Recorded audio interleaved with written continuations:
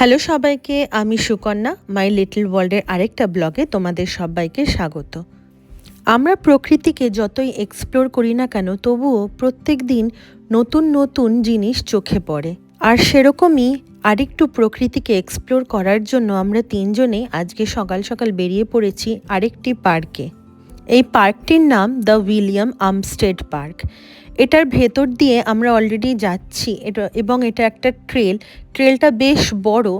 আর যেতে যেতে এমন মনে হবে যেন তুমি একদম জঙ্গলের মাঝখান দিয়েই যাচ্ছ।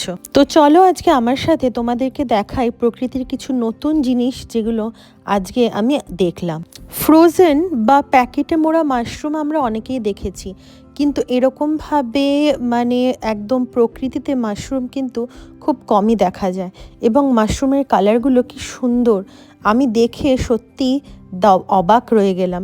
এবং এই পার্কটাতে প্রচুর বিভিন্ন জায়গায় এরকম টাইপের মাশরুম কিন্তু আমি দেখতে পেয়েছিলাম। আর বলে রাখি, আমি যখন এসেছিলাম এই পার্কটাতে, সেই তার একটা দুটো দিন আগে প্রচণ্ড রকমের বৃষ্টি হয়ে গেছে। সুতরাং আর যেহেতু এটা একটা ঘন জঙ্গল, এখানে রোদের তেজটা খুব কম পৌঁছয়। তো এখানে জায়গাটা বেশ ভেজাই ছিল যখন আমরা গেছিলাম, যার ফলে এই ট্রেলের মাধ্যমে যে আমরা ওয়াক করছিলাম, সেই ওয়াক করতে কিন্তু আমাদের বেশ অসুবিধা হচ্ছিল। অনেক জায়গায় উঁচু নিচু পাতা পড়ে রয়েছে, পাথর পড়ে রয়েছে, গাছের শেকড়, এবং ভেজা অবস্থায় থাকার জন্য বেশ অসুবিধাই হচ্ছিল বলতে পারো। এই ট্রেল দিয়ে যখন যাচ্ছিলাম এইটুকু বুঝতে পারলাম যে সচরাচর লোকজন এই পার্কটাতে খুব একটা আসে না। এই পার্কটা খুব একটা ফ্রিকুয়েন্টলি ভিজিটেড পার্ক না। আসে, কিন্তু লোকজন খুব কমই আমরা দেখতে পেলাম আমাদের পথ চলতি রাস্তাতে। আর যেহেতু আমাদের সাথে রিয়ান ছিল, সুতরাং আমরা বেশ আস্তে আস্তেই এগোচ্ছিলাম। বেশ কিছু দূর গিয়ে এরকম বড় একটা নদী আমাদের চোখে পড়লো।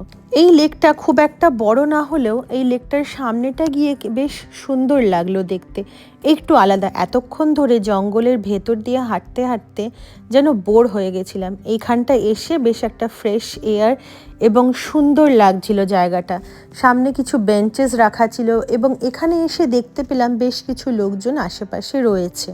তো আমরাও বেশ কিছুক্ষণ এখানে দাঁড়িয়ে একটু এনজয় করলাম এই ভিউটা। আর চোখে পড়লো একটা সুন্দর লাল রঙের পাখি। জানি না কি নাম পাখিটার, কারণ আমি সেভাবে করে সামনে থেকে দেখতে পাইনি, কারণ সামনে গেলেই এরা উড়ে যায়। তো দূর থেকেই পাখিটাকে আমি দেখছিলাম, বেশ ভালো লাগছিল। আর লেকটা খুব শান্ত, খুব স্নিগ্ধ, এবং পরিবেশটা বেশ ভালো।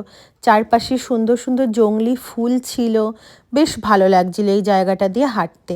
আমরা এই ফুলগুলোর পাশ দিয়ে বেশ কিছুটা রাস্তা ওয়াক করে গেলাম, এবং তারপর আবার আমরা আমাদের ফেরার পথে ফিরে আসলাম। পুরো ট্রেলটা কমপ্লিট করতে আমাদের বেশ অনেকটাই সময় লেগে গেছিল। তো এখন ফেরার পালা। আজকের এই ব্লগটা কেমন লাগলো? This is Sukanya signing off.